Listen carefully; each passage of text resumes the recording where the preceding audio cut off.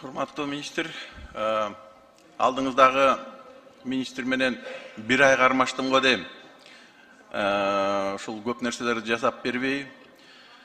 Анан сизге айтарым, могул сиздеги алдыңызда структураларыңыз бар, бул архив. Ушул жерден министерствого келип туруп цифровизация деп башка министрликтер жөнүндө сөз кылып атпайсызбы? Ошол үчүн сизге айтарым, өзүңөрдөн баштагыла. Минцифрада цифровизация жок.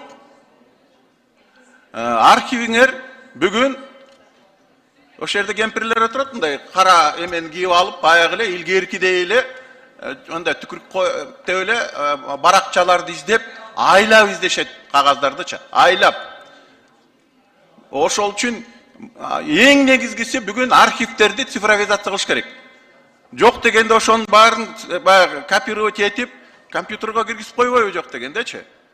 Ошолго мен оюмча акча каражат бөлүп, жанагы сканерлерди алып берип, бүгүн ошентип берсеңер, канча кишилер кыйналып атат. Мына мен айтып коеюн, бир эле цифровизация болсо, бир эле айыл өкмөттөн алдым. Архивден кагаздарды алдым. Эми бир эле тизмеде 1300 кишиден айырмасы 98 киши. 980 киши списокте жок. Эгерде цифровизация болсо, архивдеги кайрылгандарга мына Ысык-Ата районунан жок деп жооп берип атат. Мына азыр выборочно алдым, бир 15 кишиникин жок деп келип атат, бирок менин запросум менен тизмеде бар экен, тиге жер бергенгечи, жер алганга токтомдору бар экен, бирок архивдер жок деп берип атат да, жок. Эмне үчүн карашпайт?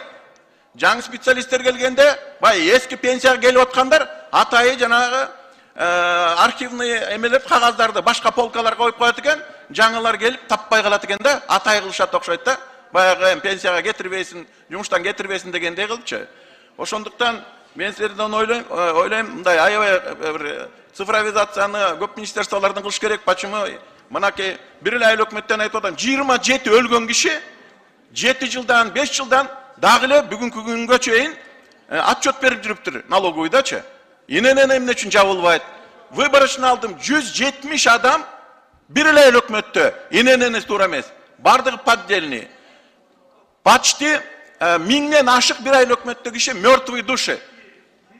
Минцифрадан силерге жанагы сон башып жүргөн алдым, практически андай кишилер жок. Мынакей, ошол үчүн цифровизация керек, өзүңөрдөн баштагыла, архивден баштагыла.